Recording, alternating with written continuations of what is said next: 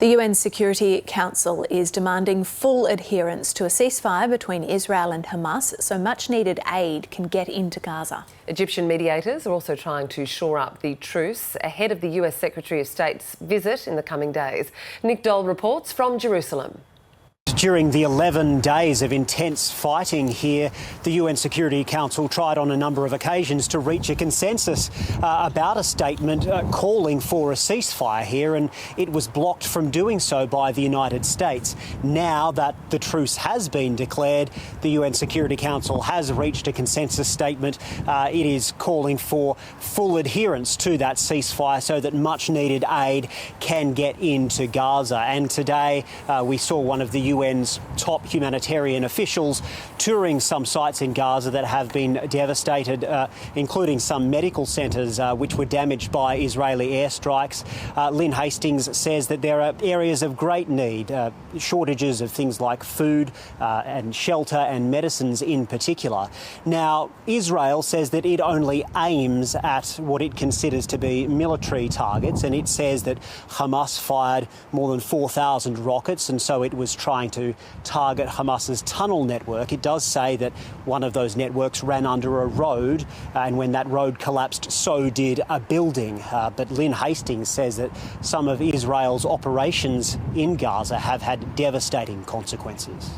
It's a building where I've just met the father and the daughter of a family of 7. All the other 5 members of the family have died. They were all civilians, so you can see it's not just about infrastructure damage, but it's about the loss of entire families. I've been speaking to the families here, and what they've all said is they have no hope. They feel that they have no control of their lives, and their situation is, one woman said, helpless.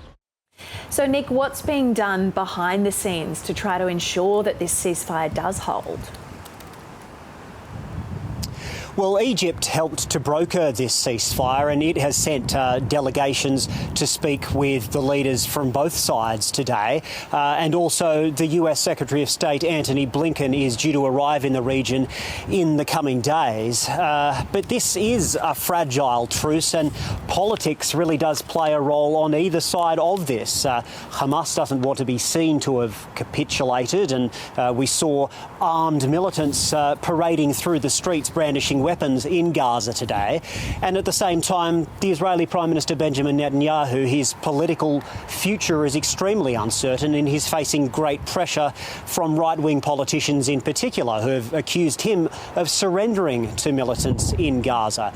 And so I think, while there's a lot of people here who do want to see this peace accord hold, there are groups on both sides who would be happy to see the conflict continue.